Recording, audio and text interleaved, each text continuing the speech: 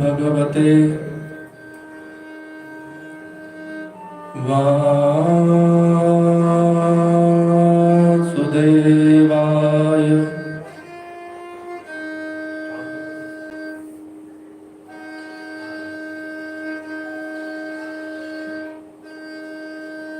श्री गणेशाय नमः। श्री सरस्वत्यै नमः। श्री गुरुभ्यो नमः।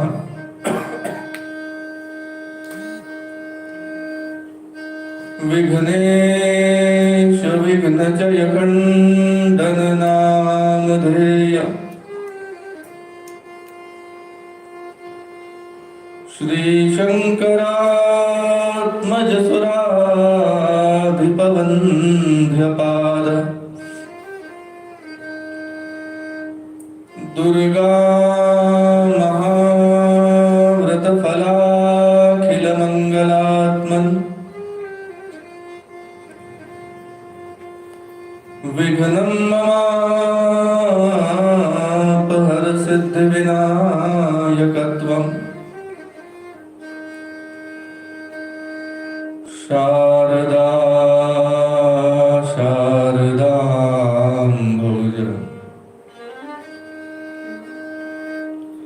वदना वदनाम्बुजे।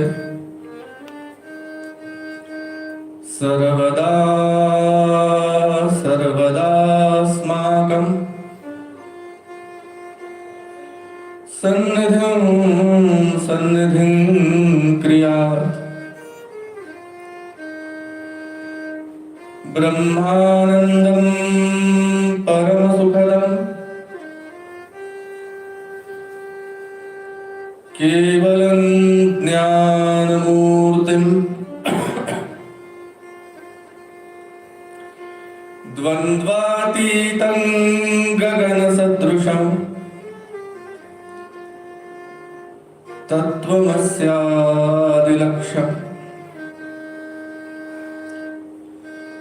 एकं नित्यं विमलमचलं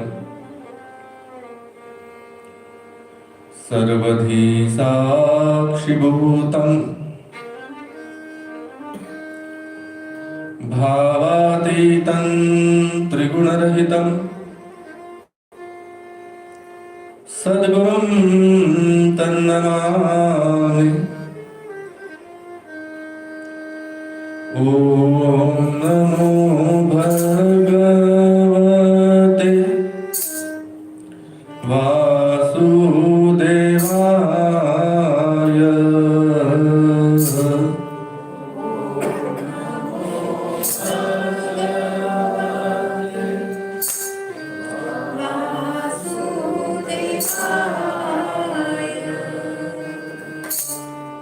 ॐ नमो भगवते वासुदेवाय।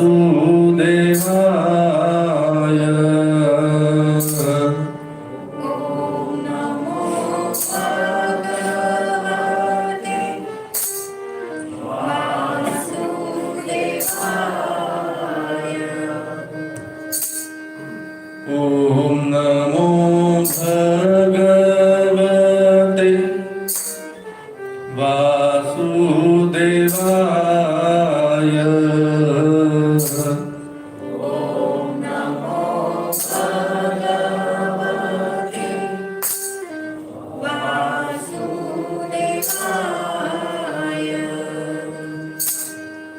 ॐ नमो भगवते वासुदेवाय।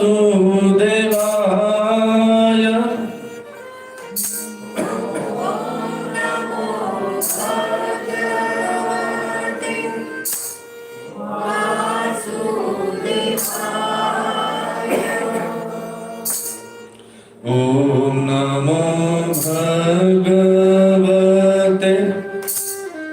वासुदेवाय।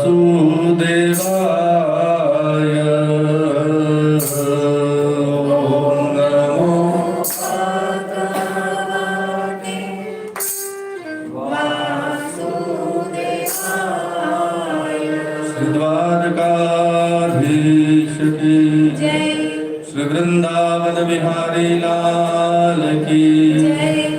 श्री बाल कृष्ण लाल की जय। तमिममहमजं शरीरभाजा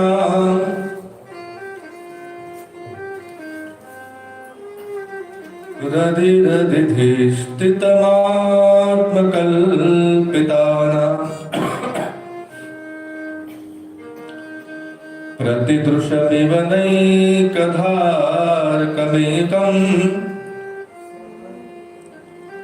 समधिगतोऽस्मि विधूतभेदमोह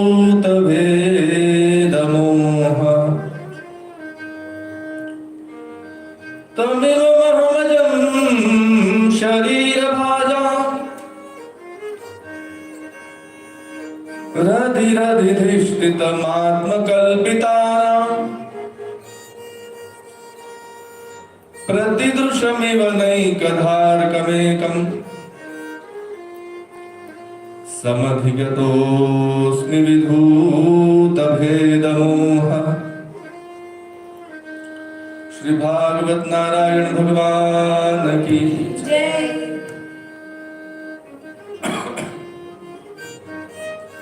विधूतभेदमोह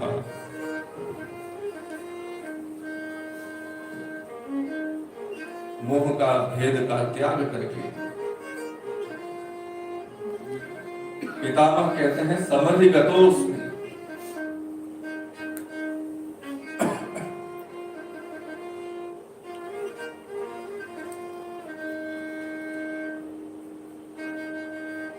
मैं उस अवस्था में पहुंचता हूं जो तीनों अवस्थाओं के ऊपर है। और इस प्रकार कृष्ण एवं भगवती मनोवाक दृष्टिवृत्तिभिः आत्मन्यात्मानमावेश्य सोऽन्तःश्वास उपारमत सह उन महात्मा विष्णु ने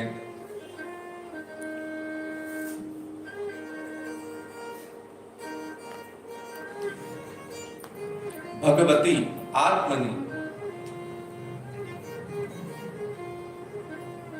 जिन्होंने व्याकरण पढ़ा है हिंदी का या संस्कृत का,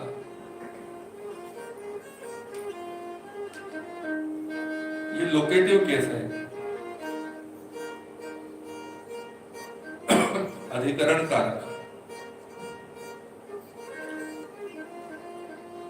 भगवती भगवान में, आत्मनि आत्मा परमात्मा में।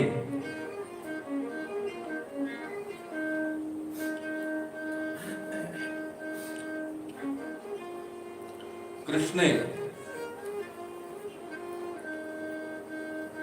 कृष्ण में। हम लोग कहते हैं ना, एक सरल रचना करी महात्माओं ने सारे केसेस बताने के लिए।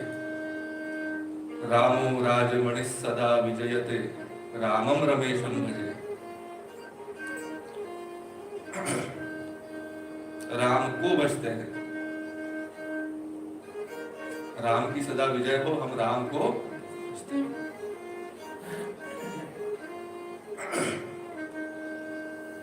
रामेणाभिहता निशाचर चमू रामाय तस्मै नमः। तृतीया चतुर्थी।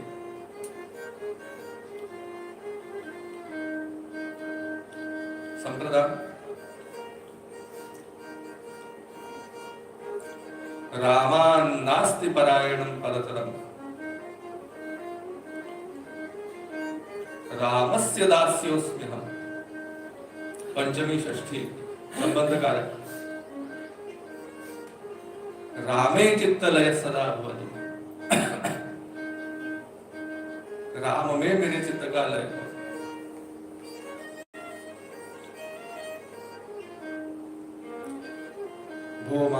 भो राम माम उद्धर। कोई कहता है भो राम माम पाल।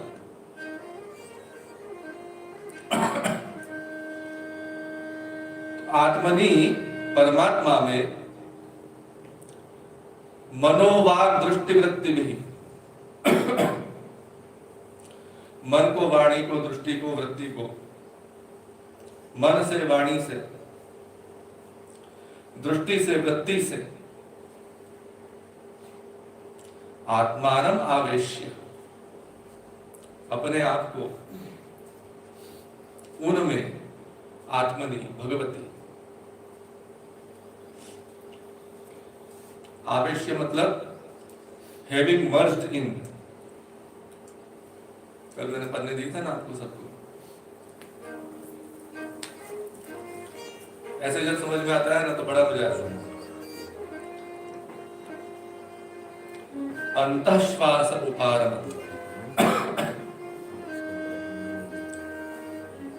पितामह भीष्म ने अपनी श्वासोच्छ्वास की क्रिया को विश्राम दी।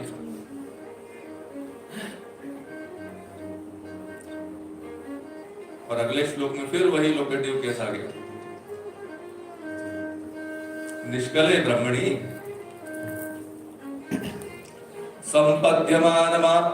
संपद्यमानमाज्ञाय भीष्मं ब्रह्मणि निष्कले। निरुपाधिक ब्रह्म में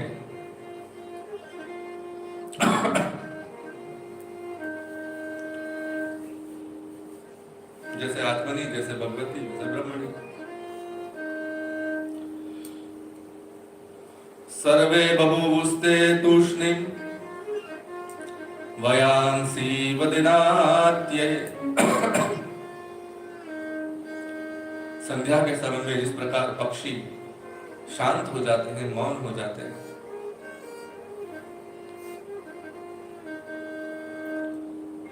तो बड़ा सुंदर महात्मा भीष्म का देह त्याग हुआ। और जब महात्मा भीष्म का देह त्याग हुआ, महाराज युधिष्ठिर ने अंतिम संस्कार करवाया।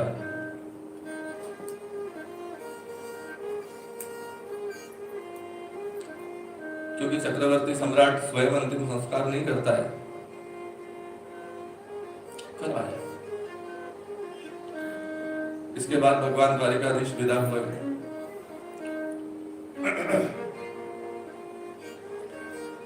और इधर पांडवों के महल में एक महापुरुष का जन्म हुआ है।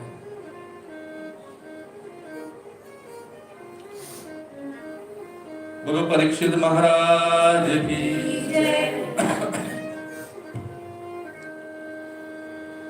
ब्राह्मणों को बुलाया गया तो ब्राह्मणों ने नामकरण संस्कार किया। नाम रखा विष्णुरात।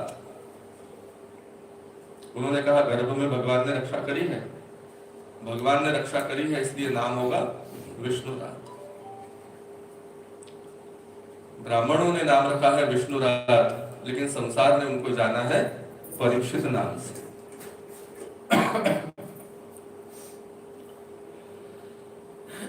इधर महाराज परीक्षित का जन्म हुआ, उधर धृतराष्ट्र और गांधारी की सदगति हुई।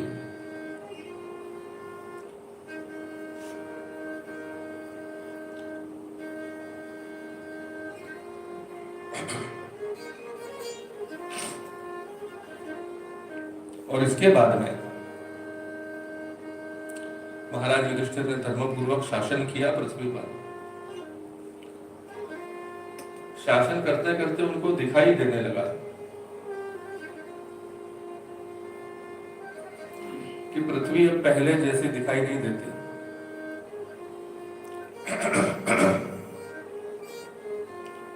जिस समय जो ऋतु होनी चाहिए उस समय वो ऋतु नहीं होती।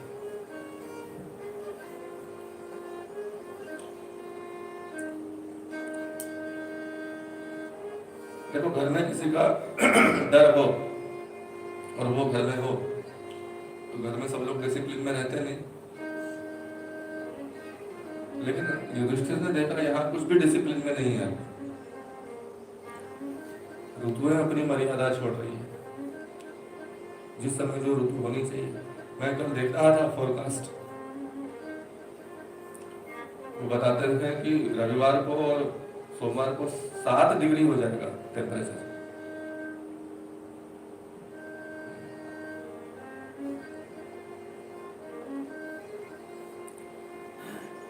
और उनको तो 47 में ठंड बचती है।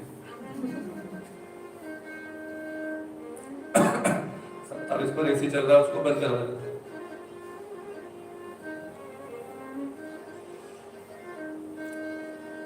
तो हमें क्यों उठे से अब कैसे होगा? अभी से दुखी होना शुरू कर दूं?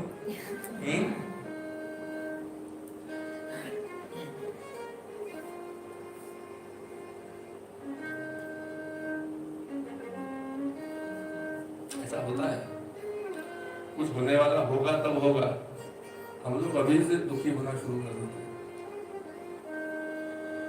होगा तो जो होने वाला होगा वही होगा।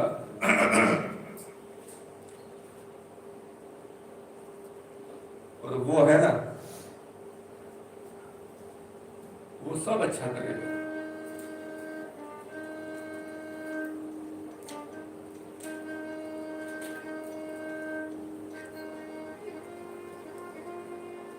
हमारे अपने भरोसे हमारा अपना जीवन होना ही नहीं चाहिए।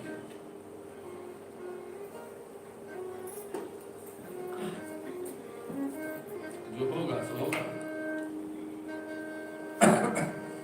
इन्होंने देखा ऋतुएं अपना मर्यादा छोड़ रही है।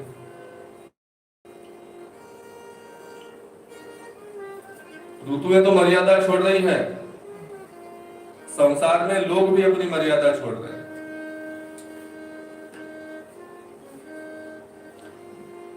पहले और देखो मर्यादा, ये तो भीतर की बात है ना। लाज, शर्म, संकोच, ये तो भीतर की बात है।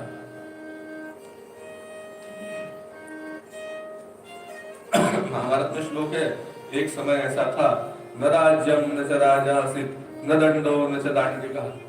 कोई राजा नहीं था, कोई दंड व्यवस्था नहीं थी, कोई नियम कायदे नहीं थे। लोग स्वयं ही अपने अपने धर्म में रहते थे, किसी शासन व्यवस्था की आवश्यकता ही नहीं थी। इन्होंने देखा लोग अपनी मर्यादा छोड़ रहे हैं।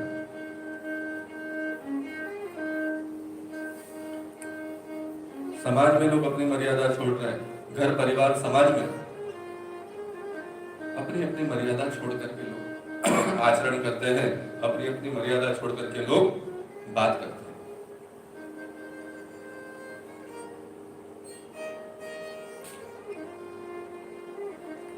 हमारे बड़े गुरु जी थे ना, तो उन्होंने वहां बैठक में एक स्टिकर लगा कर रखा था,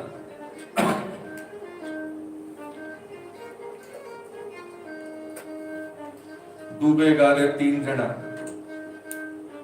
क्या लिखा था उसमें? डूबे गाले 3 जना।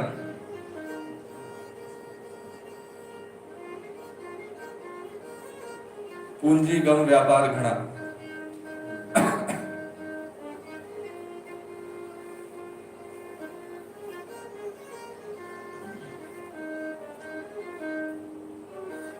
आमद कम और खर्चा घना।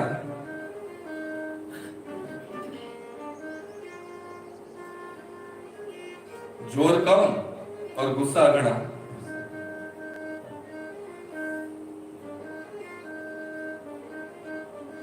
किस दिन सामने से कोई पलट जाएगा।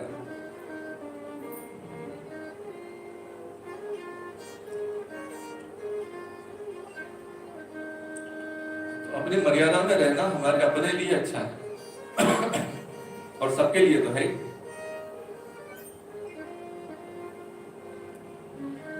इन्होंने देखा समाज में सब अपनी मर्यादा छोड़, फिर इन्होंने ये देखा, इसमें वर्णन है, इन्होंने ये देखा नए नए प्रकार के वेरिएंट आ रहे हैं।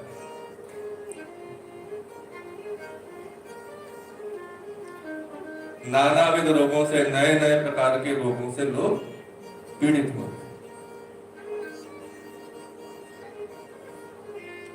लोगों का आहार विहार विचार स्वभाव आचरण सब तामसिक हो रहा है।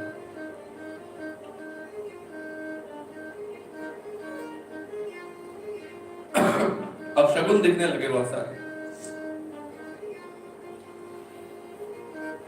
युधिष्ठिर को शंका हुई, जब तक श्री कृष्ण बैठा है इस पृथ्वी पर तब तक ऐसा हो नहीं सकता।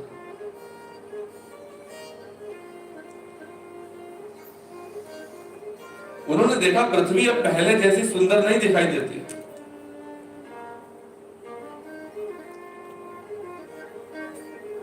न नदियां वैसी सुंदर दिखती है, न पर्वत वैसे सुंदर दिखते हैं, न वन वैसे सुंदर दिखते हैं।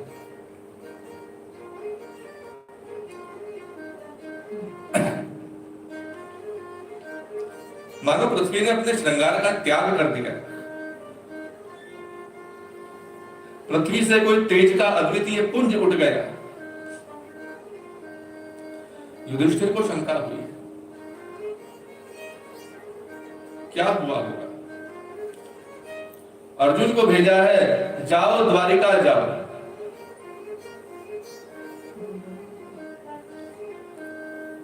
द्वारिकाधीश से भेंट करके आओ, उनके समाचार लेकर के आओ। अर्जुन गए, बहुत दिनों तक नहीं लौटे,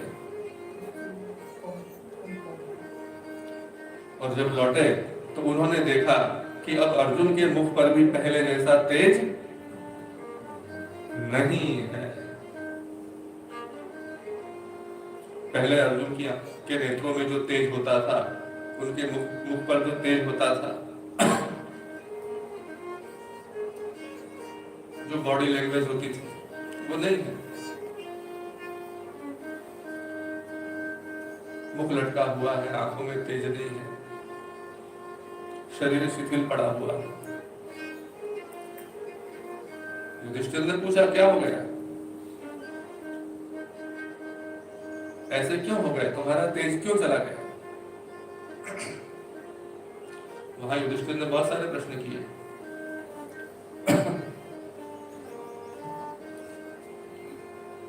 पहला प्रश्न क्या किया पता है, कहीं तुम्हारा अपमान तो नहीं हुआ।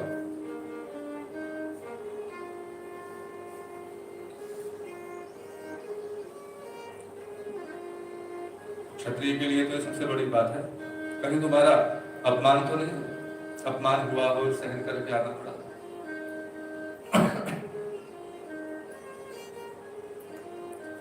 दूसरा प्रश्न पूछा, तुम अस्वस्थ तो नहीं हो। तीसरा प्रश्न पूछा, तुमने किसी शरणागत का परित्याग तो नहीं कर दिया।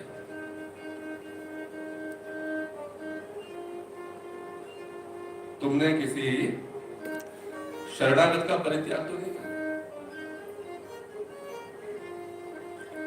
देखो, महापुरुषों के दुखी होने के कौन कौन से कारण होते हैं और हमारे दुखी होने के कौन कौन से कारण होते हैं। तुमने किसी शरणागत का परित्याग तो नहीं कर दिया।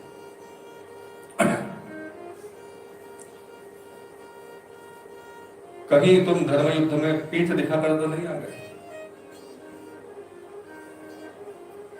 बहुत सारे प्रश्न हैं। अर्जुन कोई उत्तर नहीं देते, क्योंकि ये सारी बातें हुई ही नहीं थी, तो अर्जुन कोई उत्तर नहीं देते। और युधिष्ठिर को भी कुछ कुछ तो पता है कि ये सारी बातें हो नहीं सकती अर्जुन के साथ।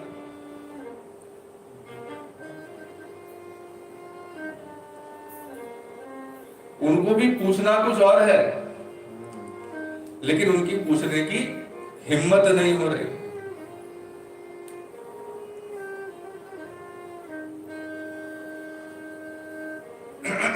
अर्जुन चुपचाप खड़े, जैसे तैसे हिम्मत किया। सबसे पहले प्रश्न किया, द्वारिका में सब ठीक तो है। अर्जुन ने कोई उत्तर नहीं दिया। महाराजा उग्रसेन ठीक है, बड़े बड़े यादव, उनके संबंध में पूछने लगे। थोड़ा और आगे बढ़े,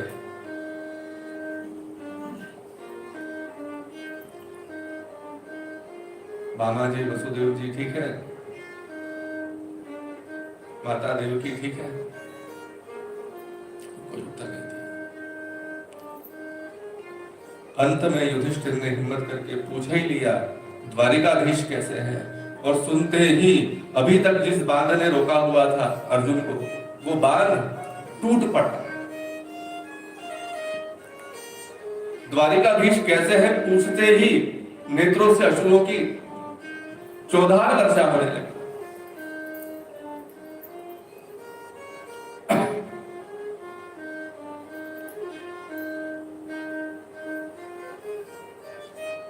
बिलख बिलख कर रोने लगे, गिरने को लगे भूमि पर।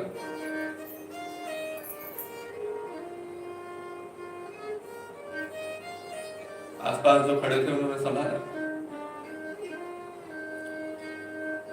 युधिष्ठिर ने पूछा, हुआ क्या है? इन्होंने कहा, धर्मराज, पूरी की पूरी द्वारिका समुद्र प्लावित हो गई है, केवल जल है बस।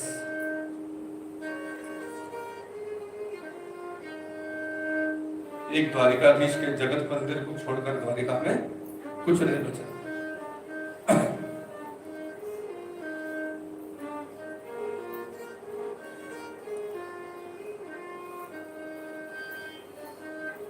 अच्छा,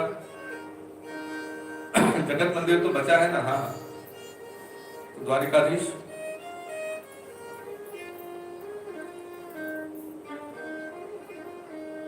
अर्जुन ने भगवान श्री कृष्ण के वचनों का स्मरण करके अपने आप को संभाला और कहा, धर्मराज, श्री कृष्णावतार अब दृष्टि का विषय नहीं रहा, श्री कृष्णावतार तिरोहित हुआ। भगवान ने अपनी लीला को समेट लिया, अंतर्धान हो गए। प्रकट हुए थे 125 बरस पहले, अब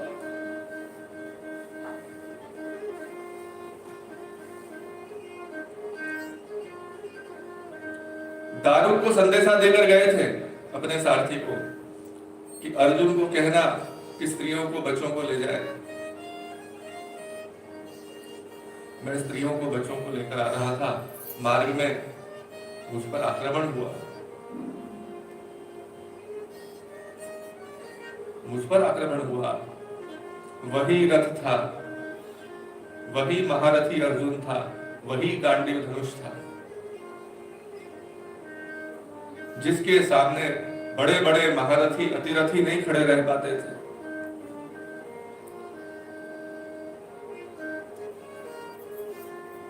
मार्ग में लूटने वालों ने अर्जुन को पराजित कर दिया।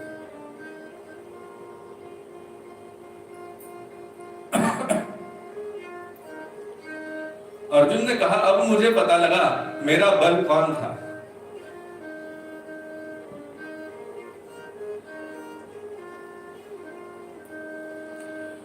सोहम नृपेंद्र रहितः पुरुषोत्तमेन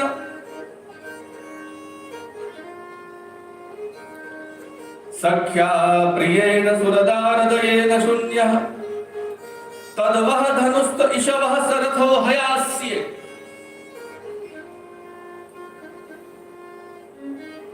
वही धनुष है,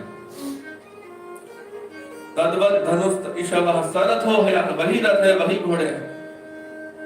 सोहम रथी, वही महारथी अर्जुन। नृपतयो यत आनमन्ति, बड़े बड़ों के मस्तक झुका देता था और जिसका नहीं झुकता था उसका काट देता था, वही अर्जुन।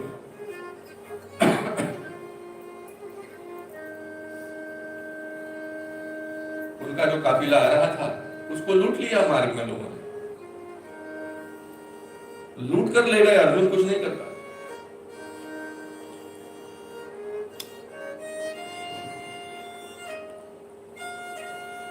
श्री कृष्ण ही मेरा बल था धर्मराज, और अब मेरा बल चला गया।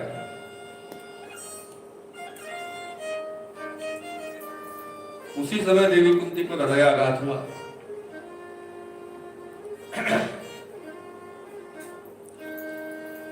महाराज युधिष्ठिर ने विचार किया,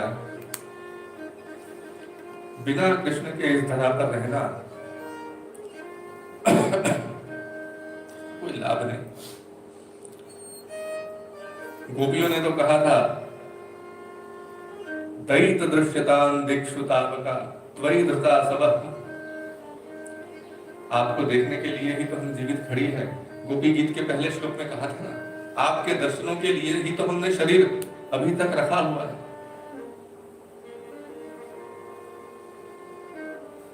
युधिष्ठिर कहते हैं, जिनके दर्शनों के लिए शरीर रखा हुआ था, अब उनके दर्शन ही नहीं होंगे तो इस शरीर को रखने का लाभ क्या है। परीक्षित को राजा बनाया है,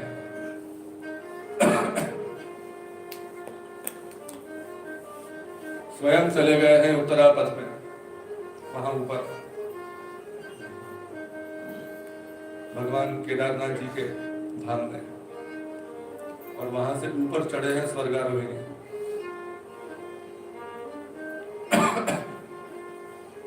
और एक एक पांडवों के शरीर गिरने लगे, और अंत में युधिष्ठिर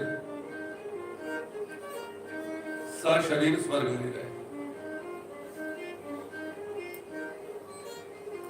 बड़ी सुंदर महाभारत में है सारा प्रसंग। कभी अवसर मिलेगा, वास्तु दंडोत्सव तक जाना है। वहां उन्होंने देखा कि पांडव तो पड़े हैं नरक में और कौरव बैठे हैं स्वर्ग में।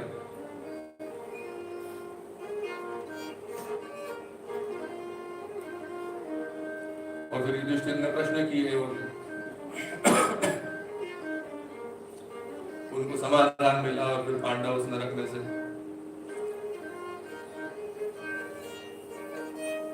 तो बड़ी अद्भुत कथा है, बड़ी रहस्यमयी कथा है।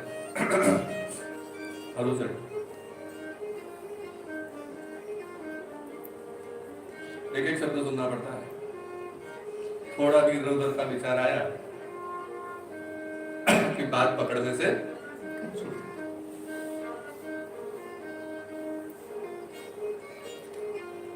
ये सुनने वालों को प्रिविलेज है ना, वो सुनते सुनते इधर उधर का विचार भी कर सकते हैं। वक्ता ऐसा नहीं कर सकता। ऐसा हो सकता है हम बोलते बोलते कुछ और विचार करने लग जाए।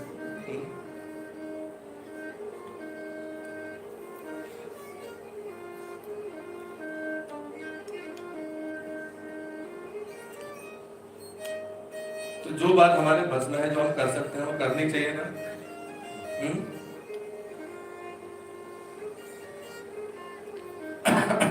वहां अपने आप को रोकना, इसी को कहते हैं संयम,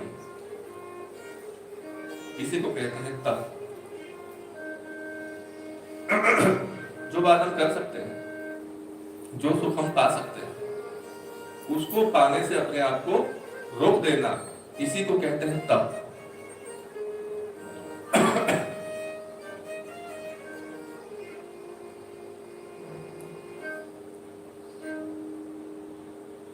और तप करने से बल बढ़ता है।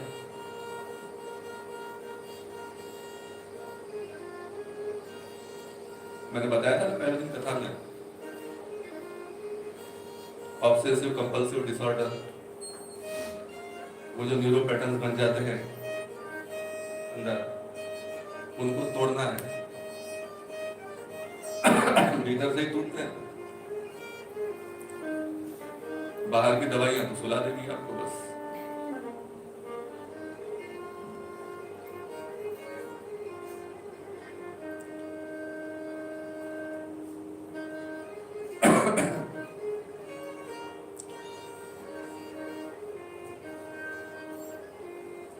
परीक्षित राजा बने, उन्होंने अश्वमेध यज्ञ किए, उन्होंने कली निग्रह किया,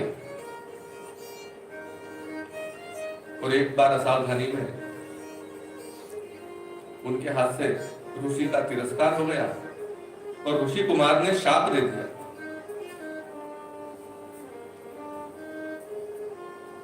कि राजा परीक्षित को 7वें दिन तक्षक नाम का सर्प डसेगा। महाराज परीक्षित को शाप का पता लगा,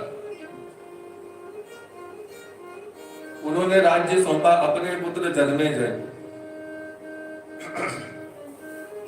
स्वयं चले गए गंगा जी के तट पर। हम लोग गए थे ना यात्रा में शुक्रताल, आप लोग नहीं थे, आप लोगों को ले भी नहीं जा सकते क्योंकि वहां होटल नहीं है, आश्रम बने उनमें रहना पड़ता है।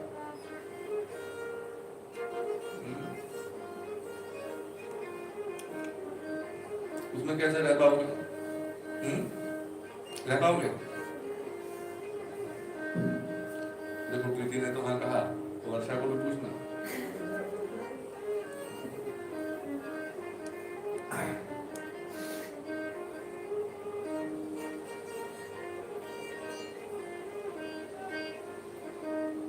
वहां जगन्नाथपुरी में 1800 रुपया रोज का कमरा पसंद नहीं आया, शिफ्ट किया वहां से दूसरे होटल।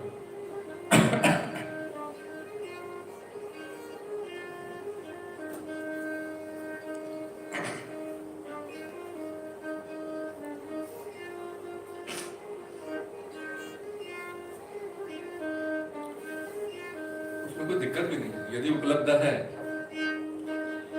और हम कथा अच्छे से सुन सकते हैं तो कोई दिक्कत नहीं है,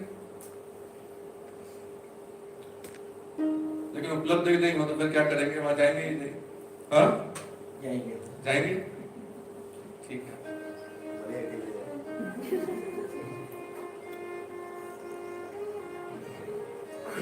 माता सीता वनवास तो राम जी को हुआ, तो माताओं ने कहा सीता जी को तुमको जाने की जरूरत नहीं है। महाराज जनक के महल में पृथ्वी पर पैर नहीं रखा था सीता जी ने।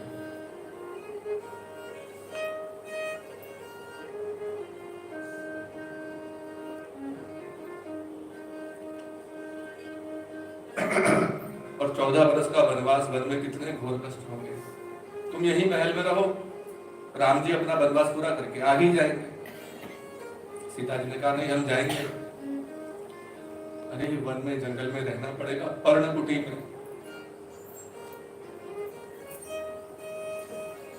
माता ने कहा वहां रहना पड़ेगा पर्णकुटी में, न पंखा होगा न एसी, और वहां सीता जी ने क्या उत्तर दिया पता है? रामचरितमानस पढ़ना चाहिए हमको। सीता जी ने क्या उत्तर दिया? पर्णकुटी प्रिय प्रियतम संगा,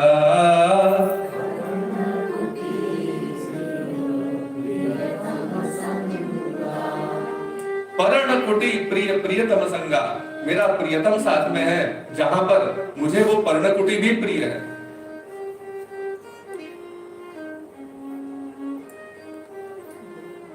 और जहां मेरा प्रियतम साथ में नहीं, वो महल भी मुझे प्रिय नहीं।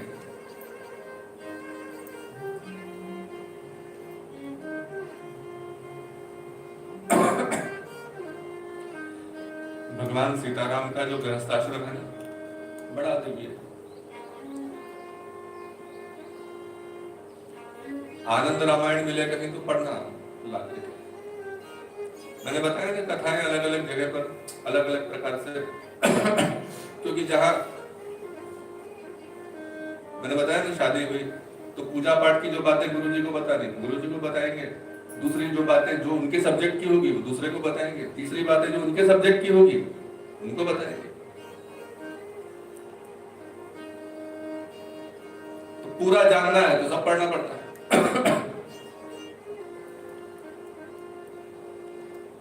तो देखो इसमें वाल्मीकि रामायण में तो ये वर्णन है कि सीता जी भूमि में समा गई, इतना ही वर्णन है।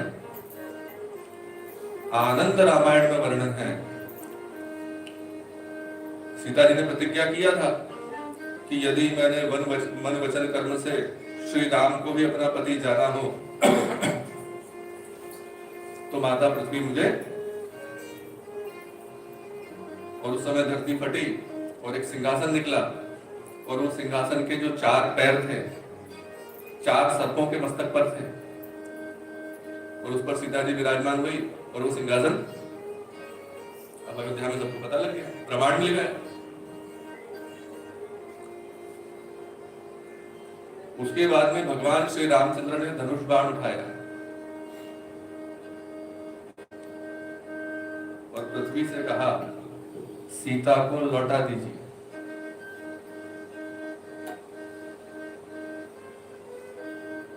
और उस समय माता पृथ्वी सीता जी को वापस लेकर के आई और भगवान श्री रामचंद्र को दिया। ये कथा आनंद रामायण में, वो भी वाल्मीकि जी का ही लिखा हुआ है, ऐसा नहीं किसी और ने लिखा। श्रीमद् भागवत भी वेद व्यास जी ने लिखा, महाभारत भी वेद व्यास जी ने।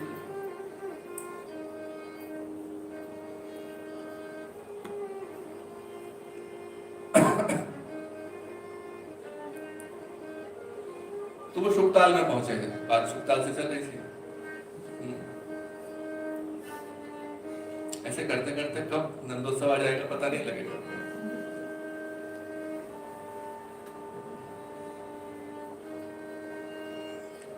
और वहां जाकर बैठे, बड़े बड़े ऋषि मुनि आए और अंत में अनायास वहां पर पधारे हैं। बोलो सुखदेव जी महाराज की।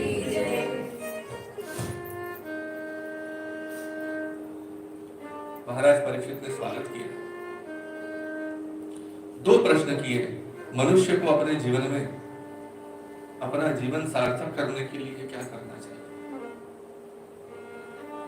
और दूसरा प्रश्न किया जो मरणासन्न है, जिसकी मृत्यु निकट है, उसको शरीर छोड़ते समय क्या करना चाहिए।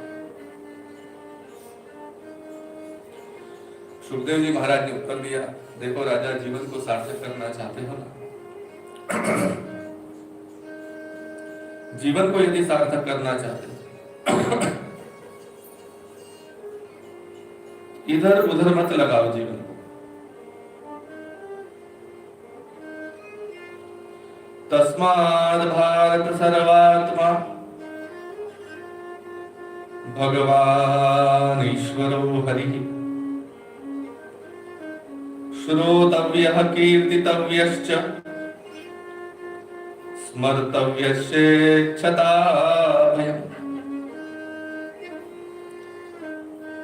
तस्मात् भारत सर्वात्मा, यदि तुम चाहते हो ना तुम्हारा जीवन निरर्थक न हो,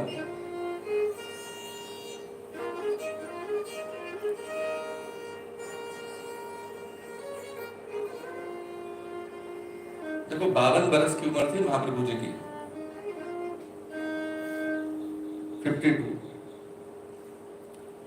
और उनको लगा कि जिस कार्य के लिए भगवान ने भेजा था वो हो गया। तो त्रिदंड संन्यास दीक्षा लिया, हनुमान घाट पर जाकर बैठ गए वाराणसी में। निश्चय ये था कि 3 दिन बाद में गंगा जी में प्रवेश करके जल समाधि ले लेंगे, मौन व्रत धारण कर लिया।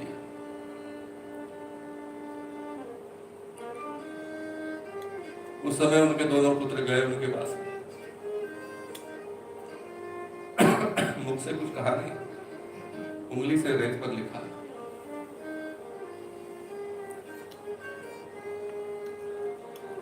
यदा बहिर्मुखायूयम्, बहुत बड़ी बात है, यदा जब बहिर्मुखा तुम संसारोन्मुख हो जाओगे, यदा बहिर्मुखायूयम् भविष्यत कथंचन तदा काल प्रवाहस्था देह चित्तादयोप्युतः सर्वथा भक्षयिष्यन्ति।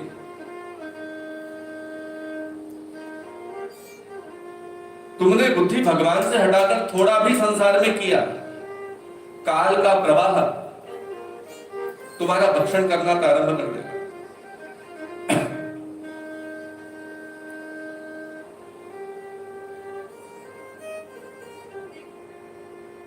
यदा बहिर्मुखा यूयम्,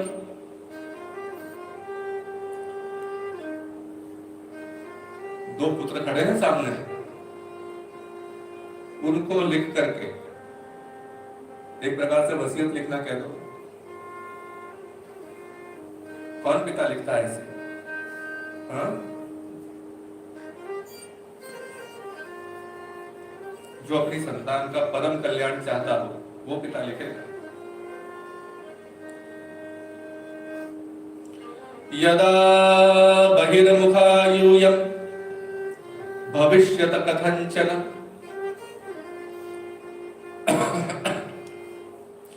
तदा काल प्रवाहस्थ देह चित्तादयोप्युतः सर्वथा भक्षयिष्यन्ति युष्मानीति मतिर्मम।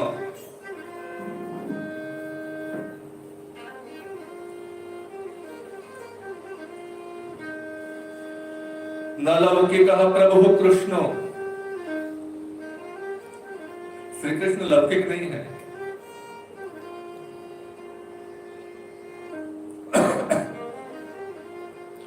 मनुते नैव लौकिकम् भावस्तत्राप्यस्मदीयः सर्वस्वश्चैकश्च सत् परलोकश्च तेनायम् सर्वभावेन सर्वथा सेव्यः सः एव गोपीषु। एव आ गया ना, वो जो गोपीश है वही सेव्य है। उन्हीं में अपना चित्त जब तक शरीर में प्राण है उनमें से हटाना मत।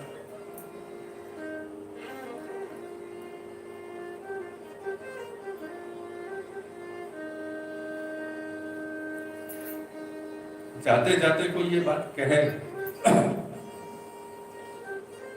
उनके जीवन का पूरा सार, सेव्यः स एव गोपीषु विधास्यत्यखिलं नः। और इतना कहने के बाद में गंगा जी में प्रविष्ट हो गए। ये भीतर गए, बाहर तेज का पुंज प्रकट हुआ और चला गया ऊपर आनंद।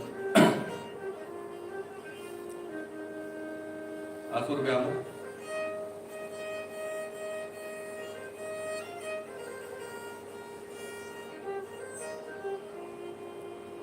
तो तुम अपने जीवन को सार्थक करना चाहते हो ना,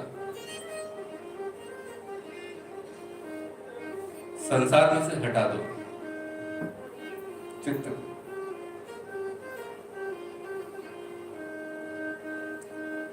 कुछ मिलने वाला नहीं है, किसी को मिला नहीं है।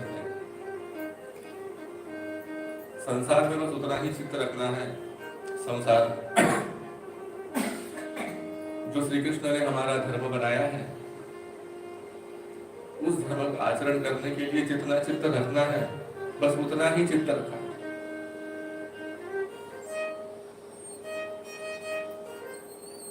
जीवन सार्थक हो जाएगा, मन शांत हो जाएगा, चित्त विश्राम पा जाएगा, परम शांति का अनुभव, सहज सुख का अनुभव,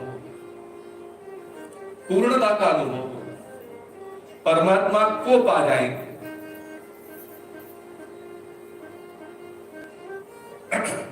और इधर उधर की बातों में, ये मैं नहीं कह रहा हूं, सुखदेव जी कहते हैं यहां पर द्वितीय स्कंद में,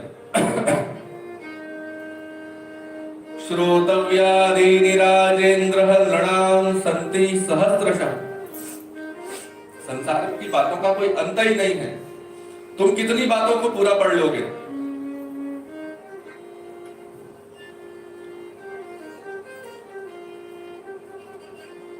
जहां नहीं पूरा पढ़ पाओगे वहां फिर दुखी हो जाओ।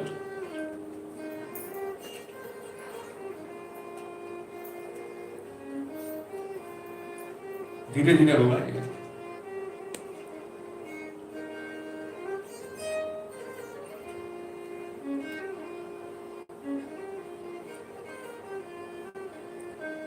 नहीं तो जीवन नष्ट हो जाएगा। निद्रया रियते नक्तम,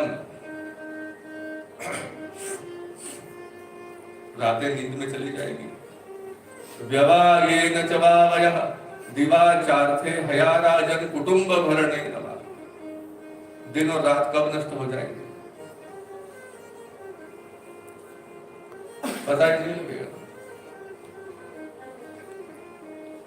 अभी लगता है बहुत बड़ी जिंदगी पड़ी है, वो कब पूरी हो जाएगी पता ही नहीं लगेगा।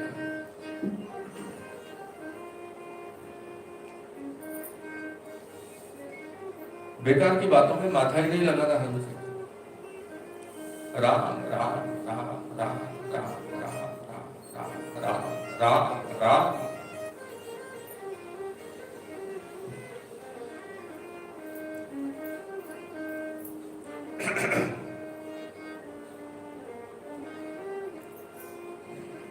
ये तो संसार है।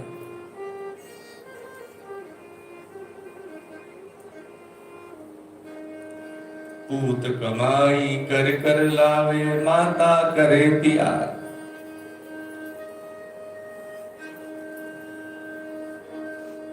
पिता कहे मेरो पूत सपूता।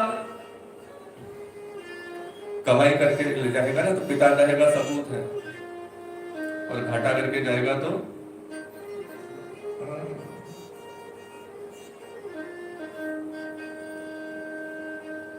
पूत कमाई करके लावे माता करे पिया। पिता कहे मेरो पूत सपूता। अकल मंद होशियार जगत में स्वार्थ का गम।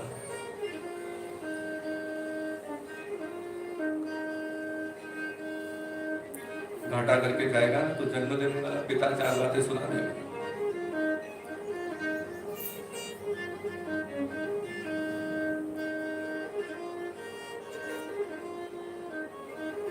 नारी सुंदर वस्त्राभूषण मांगत बारंबार।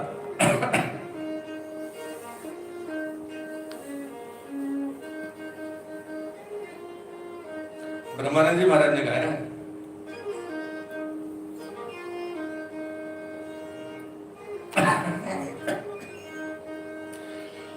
बड़ा कठिन है। कोई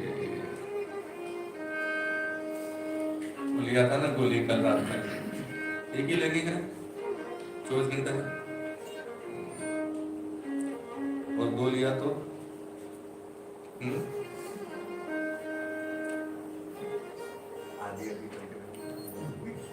अरे खुद तो 8-8 ले लेते हैं।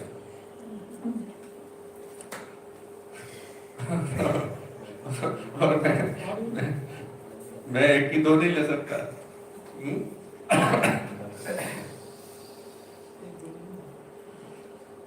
हम जो है एक की दो नहीं ले सकते। तो नारी सुंदर वस्त्राभूषण मांगत बार।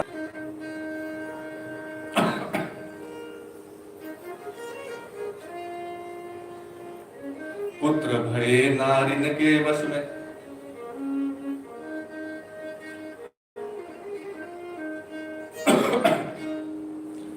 ब्रह्मानंद जी का भजन है, तो कहते हैं भैया ये सब छोड़ो।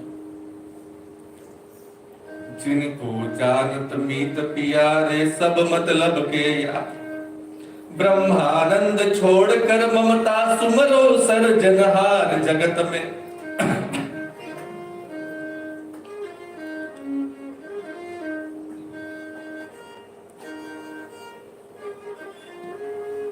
राजा सबसे ममता छोड़ देनी चाहिए। सबके ममता ताप बढ़ो।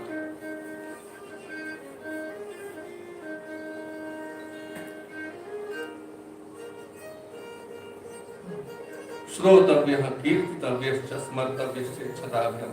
ऐसा करते करते तुम्हारा स्वभाव बन जाएगा श्री कृष्ण का स्मरण। अभी तुम्हारा स्वभाव बना हुआ है संसार का स्मरण, और ऐसा जब तक रहेगा तब तक अशांति रहेगी, तब तक क्लेश रहेगा, तब तक दुख रहेगा, तब तक चिंता रहेगी, तब तक भय रहेगा, तब तक काम रहेगा, क्रोध रहेगा, लोभ रहेगा, मोह रहेगा, मद रहेगा, मात्सर्य रहेगा।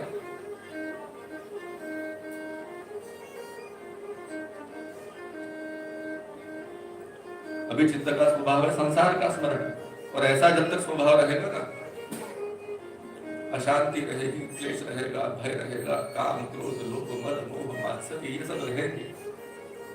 लेकिन जब परमात्मा का स्मरण चित्त का स्वभाव बन जाएगा, जिस दिन न क्लेश रहेगा, न अशांति रहेगी, न भय रहेगा, न चिंता रहेगी, न दुख रहेगा, न काम, न क्रोध, न लोभ, न मोह, न मद, न मात्सर्य, बहुत अच्छा जीवन बन जाएगा। जीवन होता क्या है पता लगेगा। अभी हम जो जी रहे हैं ये कोई जिंदगी है?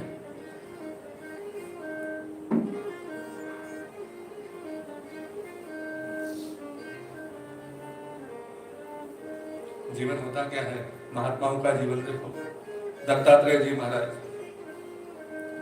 ये तो पूछते हैं ना, मैं चक्रवर्ती सम्राट हूं,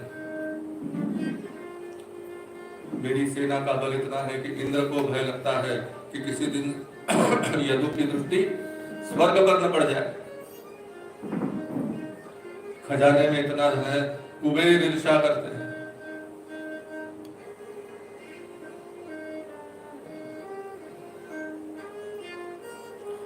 कुबेर के पास तो 9 निधियां है ना, उसमें से एक निधि कहा जाता है कुंद। मैंने कल पूछा था आप लोगों से कि मोगरा, चमेली और कुंद तीनों में क्या भेद है?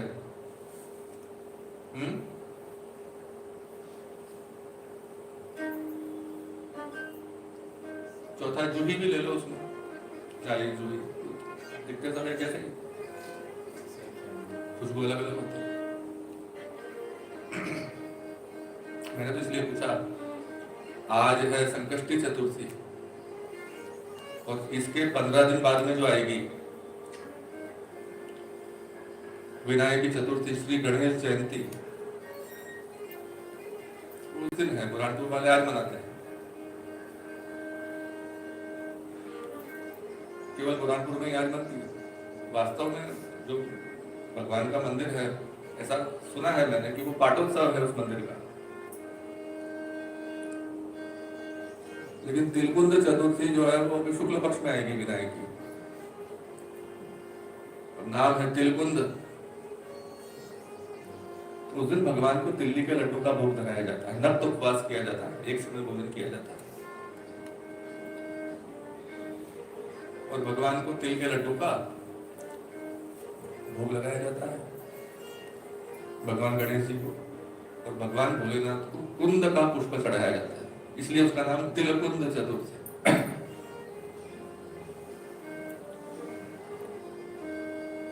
आपको पता है कुंद का पुष्प कैसा? हाँ? आप तो किसान हो ना? છે ને માળાજી આ સફેદ કુંદના ફૂલ જ છે. કુંદના ફૂલ છે ને? આ સફેદ જે છે ભાગવતજીના ઉપર ધરાવેલી માળા છે તે કુંદ છે. इसमें खुशबू कम होती है, दिखता मोगरे जैसा है। मोगरे की खुशबू मीठी होती है, तेज।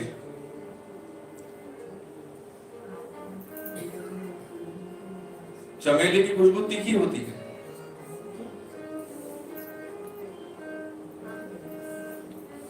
और ये कुंद जो है,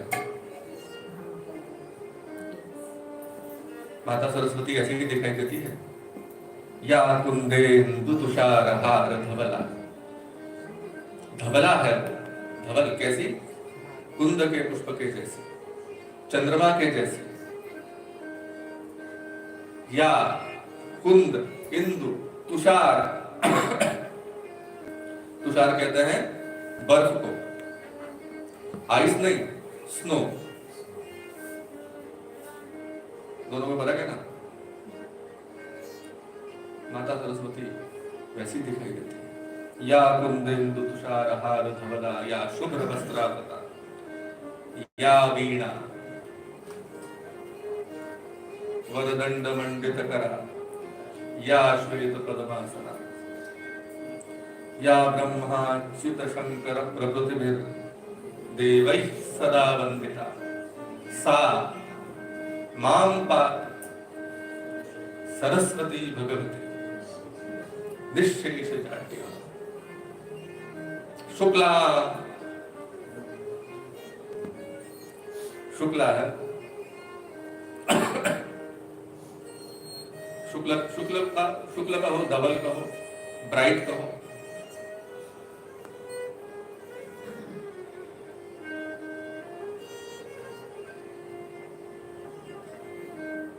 शुक्ल का अर्थ होता क्या है?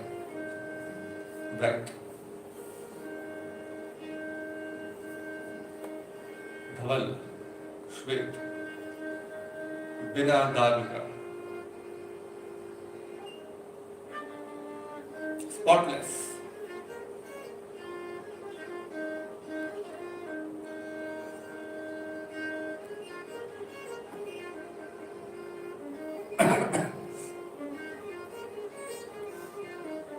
हम लोग जब नवग्रह की स्तुति करते हैं, हिमकुंद मृणालाभम दैत्यानाम परमं गुरुम सर्वशास्त्र प्रवक्तारम भार्गवम प्रणमामि। भगवान शुक्राचार्य की जो स्तुति करते हैं, हिम के जैसे, कुंद के जैसे आभा, ये कुंद का पुष्प और इवनिंग स्टार वीनस दोनों एक जैसे दिखेंगे आपको?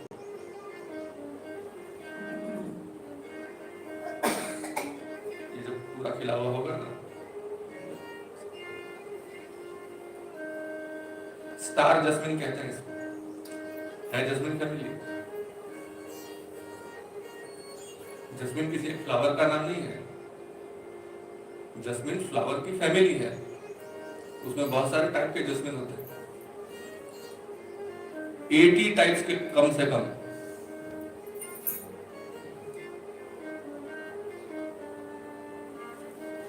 मैं तो गार्डनिंग करता नहीं, तो मुझे कुछ ज्यादा पता नहीं है।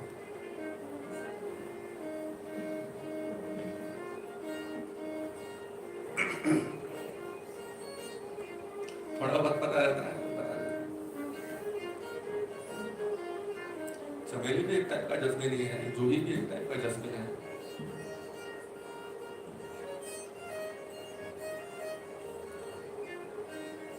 और वैसे वो डिराइव हुआ है उधर यास्मीन से।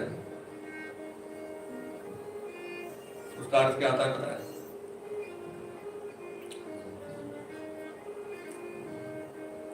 जाने दो ना, कहाँ विषय में भटकेंगे।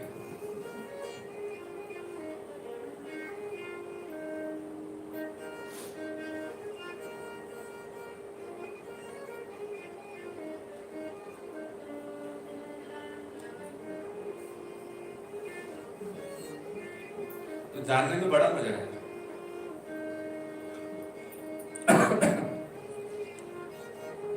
जानते रहना चाहिए, अंधेरे में से बाहर निकलना चाहिए।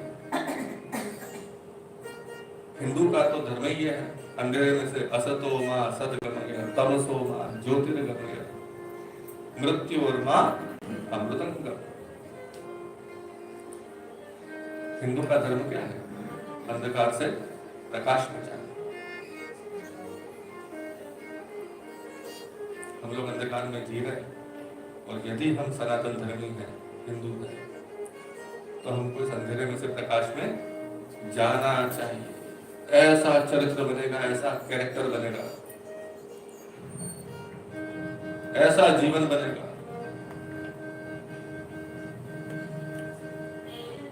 अपने भी आनंद आ जाएगा और जो हमारे पास आएगा उसको भी आनंद आएगा।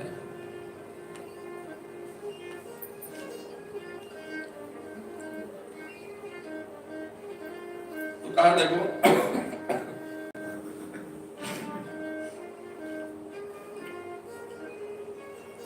तो हमारे यहाँ तो पद्धति ही ये बताई गई, जानकर जो जाना है उससे पार हो जाना। जानकर जो जाना है उससे पार हो जाना। जान लेने से काम नहीं चलता, जानकर जो जाना है उससे पार। यह आवश्यक है। क्यों आवश्यक है? ऐसा नहीं किया इसीलिए वृत्रासुर जी महाराज असुर योनि में आए। उन्होंने जाना तो, लेकिन जानने के बाद में जो जाना है उसको जानकर उससे पार नहीं हुए। जब पूर्व जन्म में चित्रकेतु नाम के राजा थे तब इनके गुरु की कृपा से इनको ज्ञान मिल गया,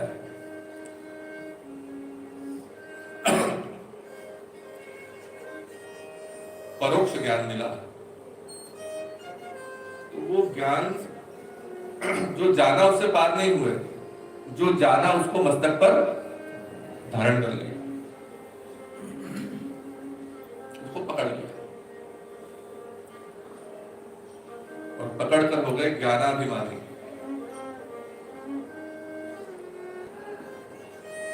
पकड़ करके ज्ञानाभिमानी हो गए, मैं ज्ञानी हूं और बाकी सब अज्ञानी।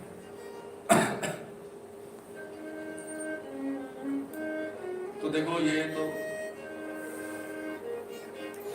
ज्ञान तो साबुन है, उसको लगाओ तो अज्ञान का मैल धुल जाता है। ज्ञान ने अज्ञान का मैल तो धो दिया, साबुन ने मैल धो दिया, लेकिन साबुन ही चिपक गया यदि तो हाँ, तो साबुन को धोने के लिए क्या चाहिए? जल चाहिए। रामचरितमानस का उत्तरकांड पढ़ो ना, जैसे श्रीमद् भागवत का एकादश स्कंद है, ऐसा श्रीमद् रामचरितमानस का उत्तरकांड है। वास्तव में भीगना चाहते हो ज्ञानामृत की वर्षा में, श्रीमद् रामचरितमानस का उत्तरकांड पढ़ो। काकभूषुंड जी महाराज और गरुड़ जी महाराज का संवाद।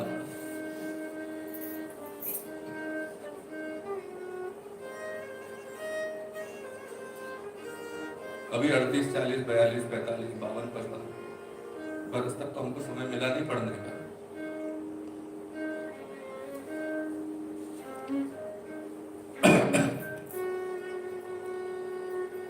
सब काम छोड़ देना चाहिए। 2-3-4 घंटे बहुत है संसार के कार्यों के लिए।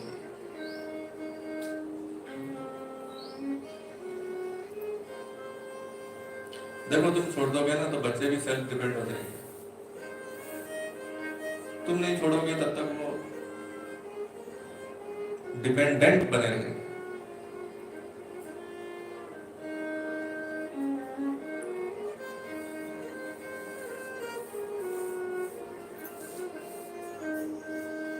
एक चित्त से किया ना यदि, तो दिन भर का पूरा काम को 4-6 घंटे से ज्यादा नहीं लगेगा। इससे ज्यादा काम होता ही नहीं दिन में। इससे ज्यादा काम दिन में होता ही नहीं।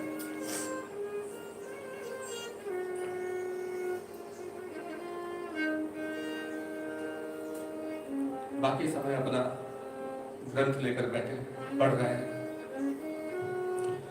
महापुरुषों के प्रवचन सुन रहे। मैंने कल रात में कहा देवड़ा जी को, ये कथा पूरी हो जाने के बाद में मेरा विचार है, मुझे कहीं से कुछ बड़ा दुर्लभ मिला है।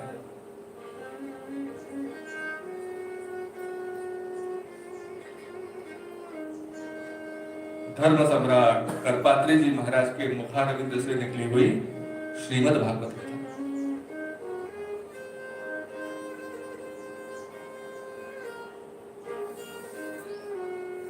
इस कलिकाल में उनसे बढ़कर वक्ता और कौन होगा?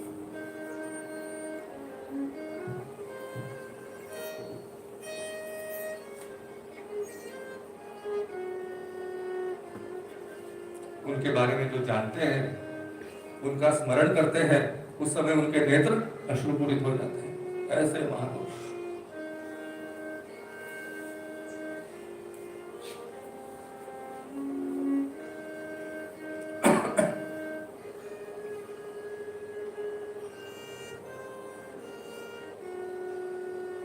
हमारे भारत में जो महापुरुष है ना, बड़े बड़े शंकराचार्य, उनके गुरु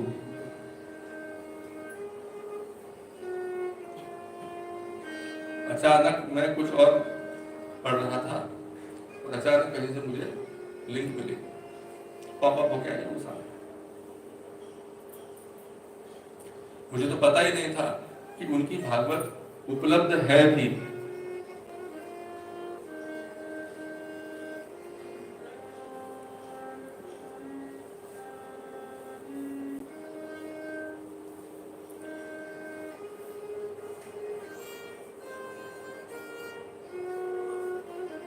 देखा तो नहीं है, सुना है। बड़ों ने देखा है, उन्होंने बताया है।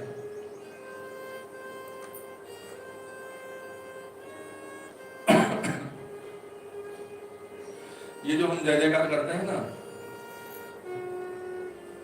हर सत्कार्य के बाद, धर्म की जय हो, अधर्म का नाश हो, प्राणियों में सद्भावना हो, विश्व का कल्याण हो, गौ माता की जय हो, नमः पार्वती पतये हर हर हर महादेव। ये जय घोष उन्हीं का दिया हुआ है हिंदुओं को। पहले ऐसा नहीं होता था, उन्होंने अभी तक सब लोग करते हैं।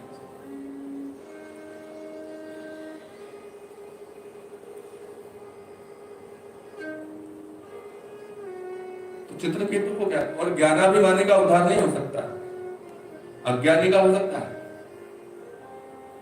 अज्ञानी का होने की पूरी संभावना है, लेकिन ज्ञानाभिमानी का हो जाएगा।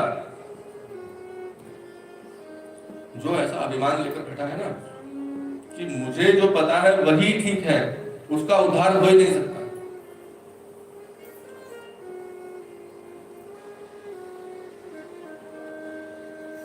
उसने अपने दिमाग के खिड़की दरवाजे बंद कर लिए। मैंने कल कहा था ना कि जो किसी की सुनता नहीं वो दुख पाता है। कल बात हुई थी ना, मान रहे माने आप 5 नहीं मानू 50 नहीं।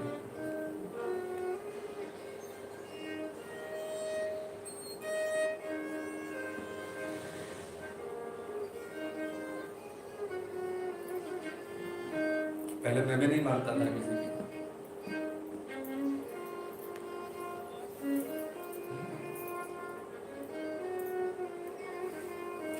अंधारा की योग है ना पत्रिका,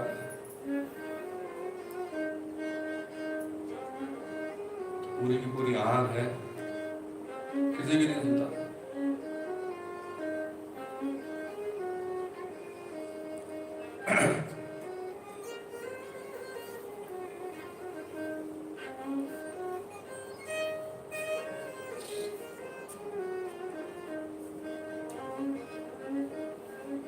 लेकिन अब धीरे धीरे पिछले 4 बरस में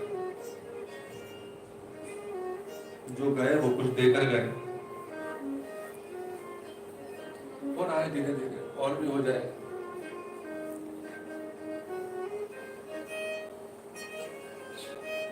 अब वो तो देकर गए, हमने लिया नहीं लिया ये हमको दिखाना।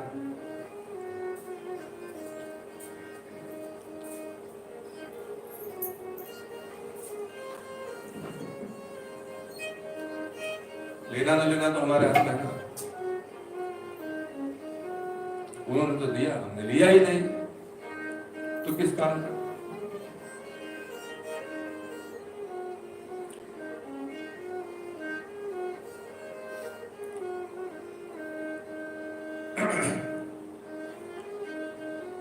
तो 90% तो बोलना बंद हो गया अभी मेरा।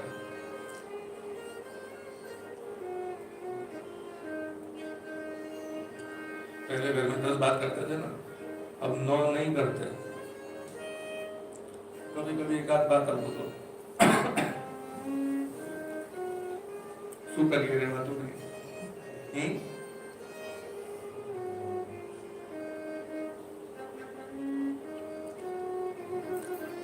इन्होंने कहा भैया क्यों जीवन बिगाड़ते, भगवान में चित्त लगा।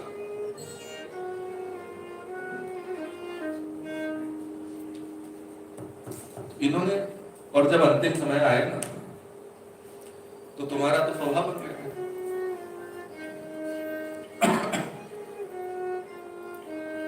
चित्त लगाना तुमको लगाना नहीं पड़ता, अब तुम्हारा चित्त लगा रहता है, अंतिम समय में लगा रहेगा, तुम भगवान को पा जाओगे।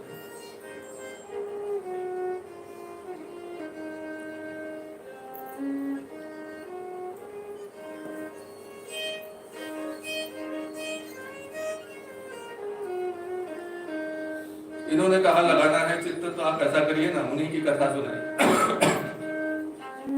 तो इन्होंने कथा का प्रारंभ किया।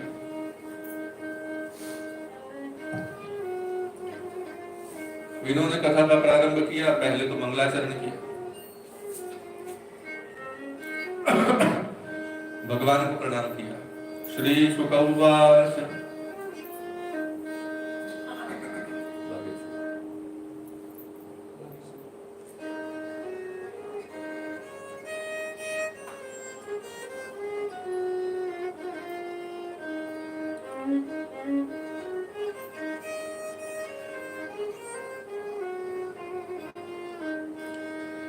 नमः परस्मै पुरुषाय भूयसे।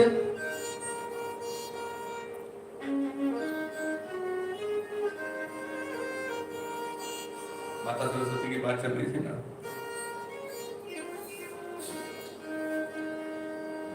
कहा भैया आगे से ही लगा दो।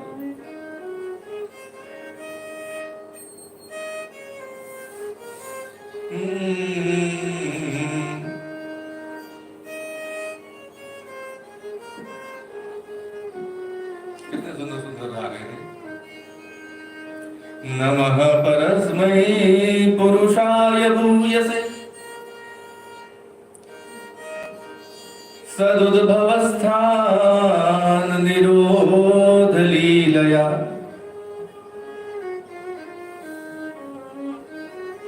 गृहीत शक्ति त्रितयाय देहिना अंतर्भवायानुपलक्ष्य वर्त्म।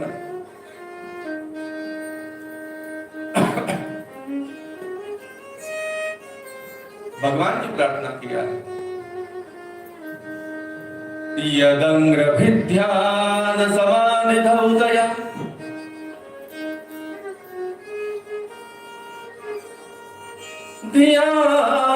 धियानुपश्यन्ति हि तत्त्वमात्मनः वदन्ति चैतत्कवयो यथा रुचम् समे मुकुन्दो भगवान् प्रसीदता। समय मुकुंदो, कुंद के पुष्प की बात चल रही है, उनका नाम क्या है? मुकुंद। भगवान को बड़ा प्रिय पुष्प है।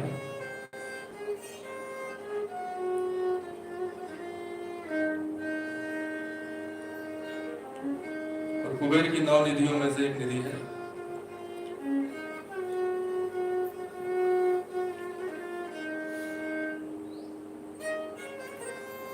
कुंद का पौधा होना ही चाहिए घर में, बगीचे में।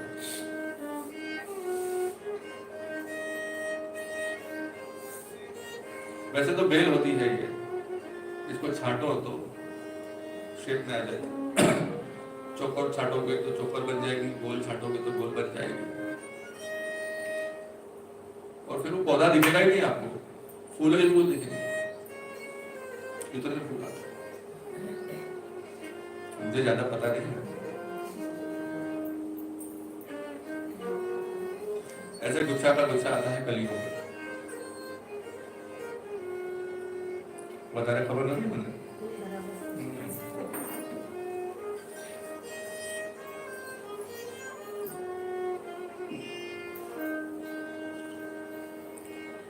तो वो भगवान मुकुंद जिनको महात्मा लोग अनेक अनेक प्रकार से जानते हैं, वदन्ति चैतत् कवयो यथा रुचम्।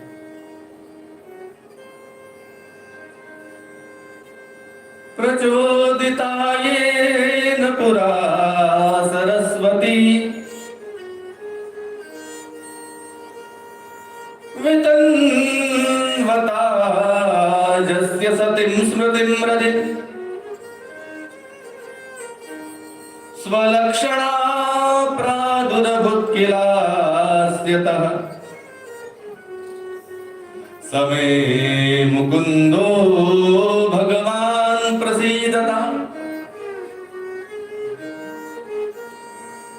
समे ऋषीणां वृषभः प्रसीदता। ऋषीणां वृषभः, बड़े बड़े ऋषियों में सबसे बड़े ऋषि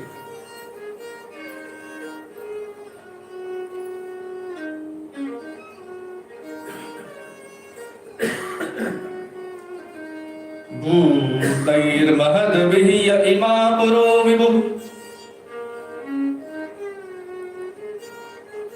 एक नगर बनाया है उसने, निर्मायशेते यदमूषु पूरुषः। पहले उसको बनाया और फिर बाद में आकर उसमें शयन कर लिया उसने। तत् सृष्ट्वा तदनु प्रविष्टः। शांताकारं भुजगशयनं निर्मायशेते यदंशु पुरुष। निर्माण करता है फिर स्वयं उसमें रहता है।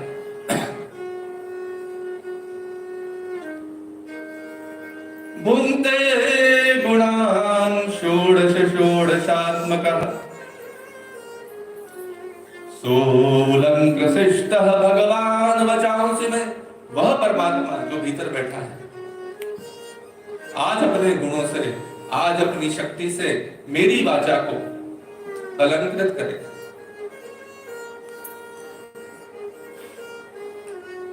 मैं उनकी लीला का गान करने को जाता हूं।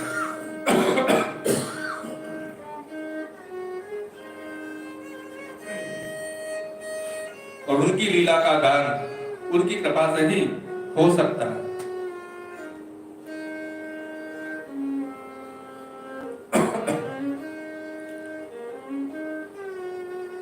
सोऽलङ्कृशिष्टः भगवान् वचांसि।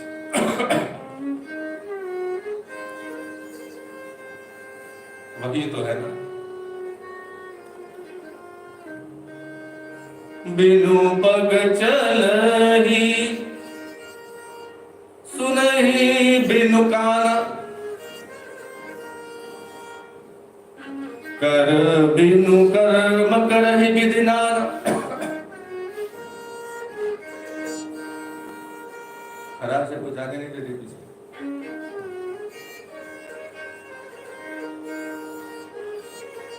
आनंद रहित सकल रस भोगी, बिनु वाणी वक्ता बड़ जोगी।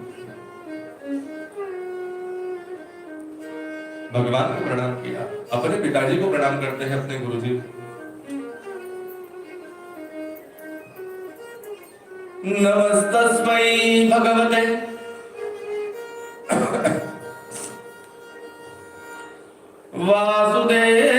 वासुदेवाय वेदसे पपुर्ध्यानमयं सौम्या यन्मुखाम्बुरुहासवम्।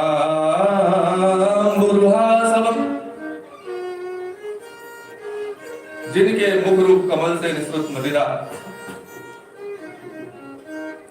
मदिरा नहीं कहना चाहिए, आसव।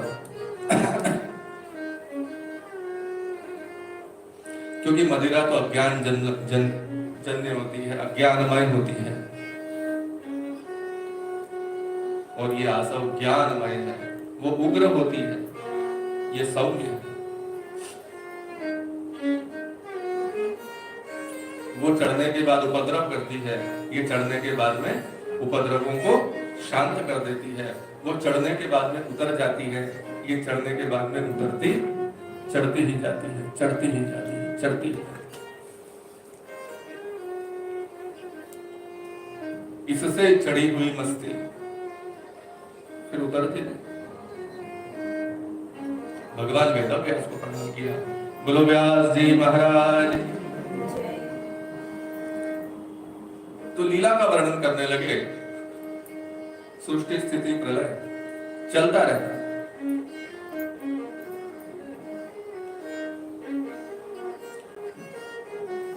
सृष्टि होती है, स्थिति रहती है, प्रलय हो जाता है।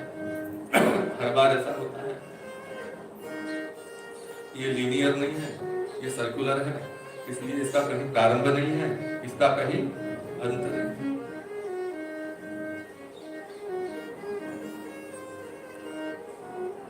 और कितने सर्कल से पता नहीं, लेकिन सबका सेंटर एक ही है। इस बार जब सृष्टि हुआ तो भगवान ने क्षीर समुद्र में शेष की शैया पर अपने आप को व्यक्त किया।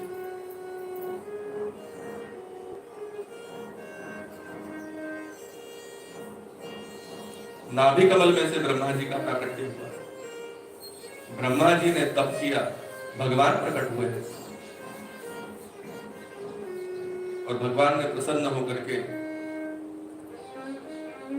ज्ञानामृत की वर्षा किया है। 4 श्लोकों में श्रीमद् भागवत सुनाया है। श्री भगवान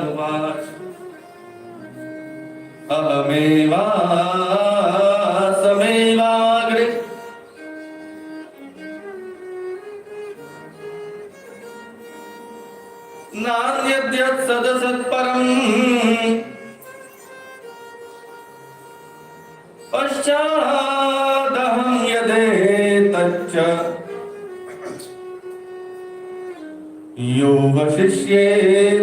सोऽस्म्यहम्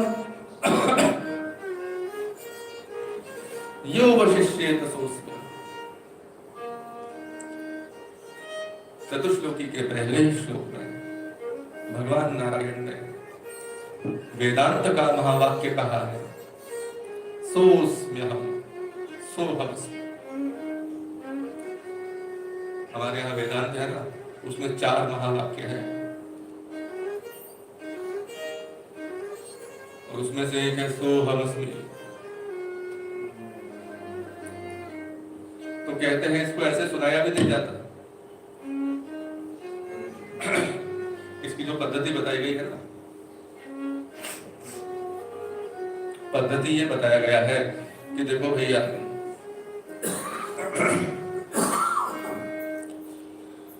इसके लिए साधन चतुष्टय संपन्न होना चाहिए तो ही उसको सुनाया जाए। जिसमें 4 साधन संपन्न हो उसी को सुनाया जाए।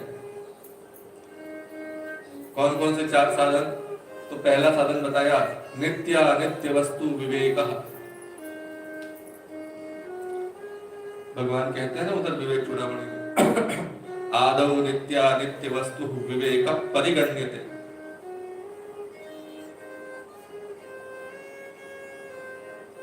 जिसको ये समझता हो कि क्या नित्य है और क्या अनित्य है।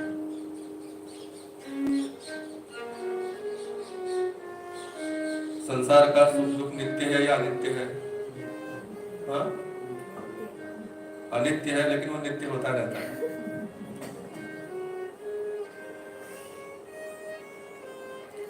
अनित्य है क्योंकि सुख आता है टिकता नहीं, दुख आता है टिकता नहीं।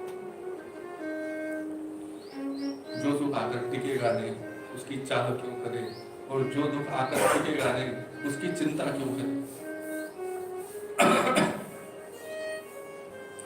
तो पहले तो नित्यानित्य वस्तु विवेक। दूसरा साधन यह मूत्र फल भोग विराग, लोक परलोक के भोगों से विरक्ति। लोक परलोक के भोगों से विरक्ति। तीसरा शमादि षट संपत्ति, शम दम।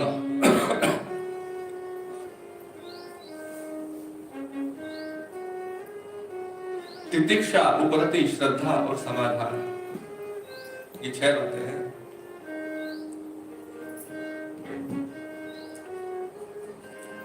मन पर नियंत्रण करना ये शम कहलाता है, इंद्रियों पर नियंत्रण करना ये दम कहलाता है।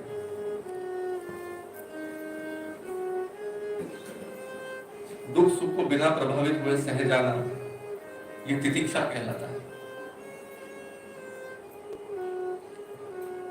उपरति, श्रद्धा और समाधान, ये 6 लक्षण। और चौथा मुमुक्षत्व, ये 4 बातें हो तब वो अधिकारी बनता है महावाक्य श्रवण का।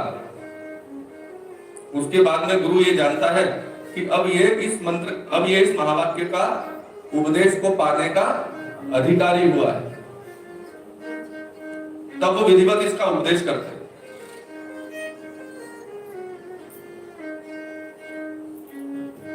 और उपदेश के बाद में फिर 6 बातें हैं। एक बार उपदेश हो गया तो फिर श्रवण मनन निधिध्यासन, धारणा, ध्यान और समाधि। इसको सुनने के बाद में ये 6 बातें होती है, तब जाकर के वो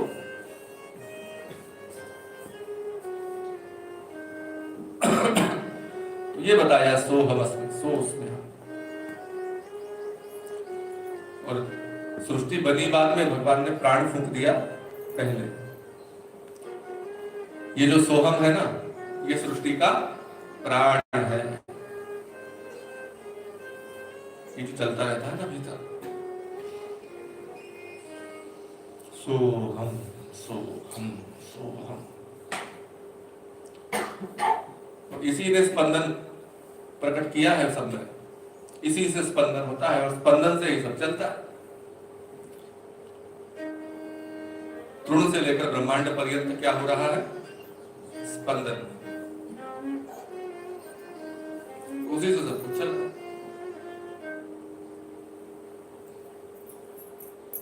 देखो अभी विज्ञान को बहुत दूर जाना है, ये स्पंदन ही इस सृष्टि को बनाए रखने का इसका आधार यही है।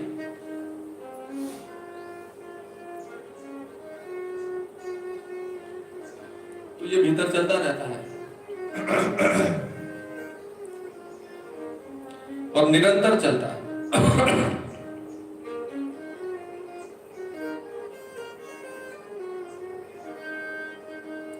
हम लोगों को पता नहीं लग पाता, जो ध्यान लगाता है ना उसको पता लगता है।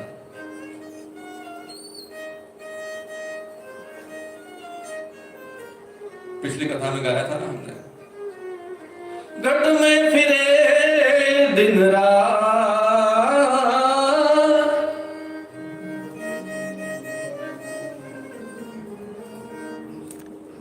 घट में फिरे दिन रात,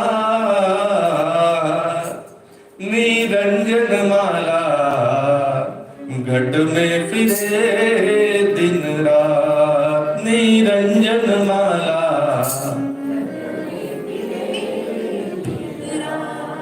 निरंजन माला घट में फिरे दिन रात, निरंजन माला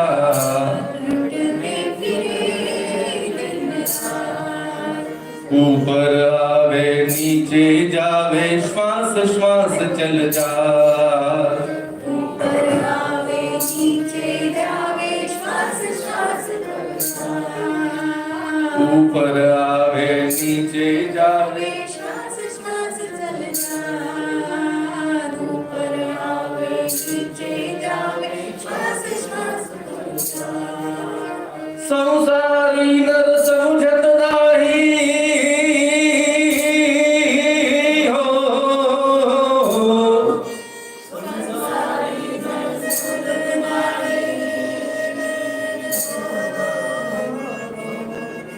संसारी नर समझत नाही, बिरता उम्र बिहार, निरंजन माला घट में फिरे दिन रात, निरंजन माला घट में फिरे दिन रात, घट में फिरे दिन रात,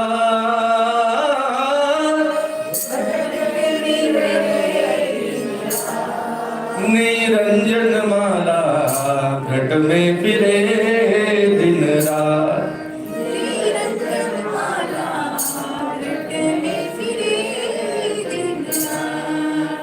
सोहम मंत्र जपे नित प्राणी, बिन जिह्वा बिनु दांत, सोहम मंत्र जपे नित प्राणी, बिन जिह्वा बिन दांत, सोहम मंत्र जपे नित प्राणी, बिन जिह्वा बिनु दांत, सोहम मंत्र जपे नित प्राणी, बिन जिह्वा बिन दांत। अष्टपहर में सोवत जागत,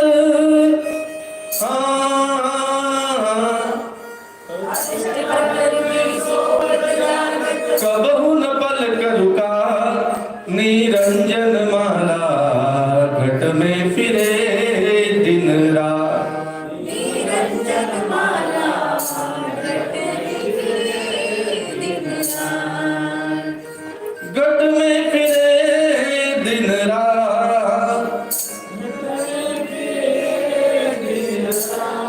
निरंजन माला घट में फिरे दिन रात, निरंजन माला घट में फिरे दिन रात। हंसा सोहम हंसा बार बार उल्टा, हंसा सोहम हंसा बार बार उल्टा, सतगुरु पूरा भेद बतावे, सतगुरु पूरा भेद बतावे, सतगुरु पूरा भेद बतावे, निश्चल मन ठहरा, निरंजन माला घट में फिरे दिन रात,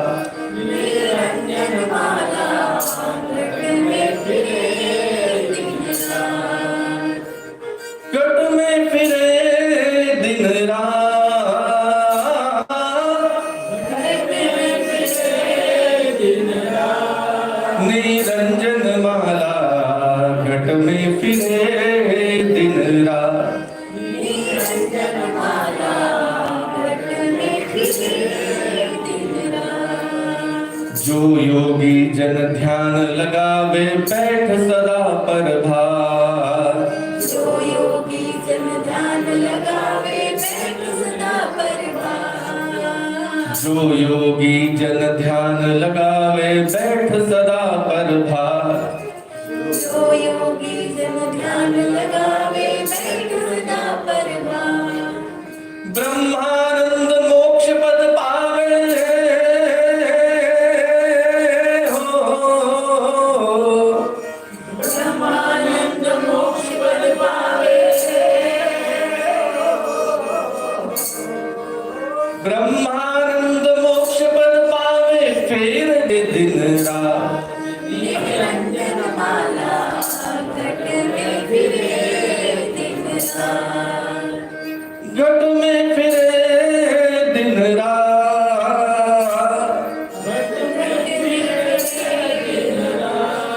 निरंजन माला घट में फिरे दिन रात। निरंजन माला घट में फिरे दिन रात। दिन रात घट में चलती रहती है, चलती रहती है।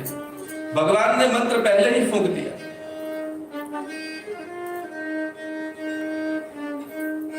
और उस पर जिसका चित्त ठहर जाता है, ब्रह्मानंद मोक्ष पद पावे फिर जन्म नहीं।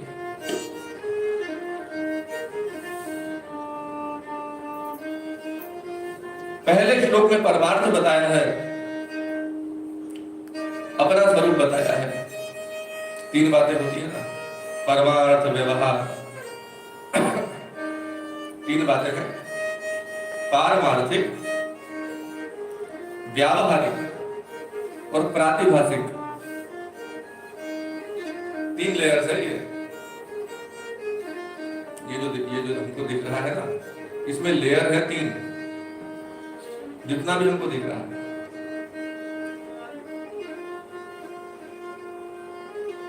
तो एक है उसमें तीन। एक पारमार्थिक, दूसरा व्यावहारिक और तीसरा प्रातिभाषिक। पारमार्थिक तो यह है कि अंगूठी में सिवा सोने के कुछ है ही नहीं, घड़े में सिवा मिट्टी के कुछ है ही नहीं, कपड़े में सिवा धागे के कुछ है ही नहीं। ये तो हुई पारमार्थिक बात, सिवा भगवान के कहीं कुछ है ही नहीं। इसके नीचे व्यावहारिक बात है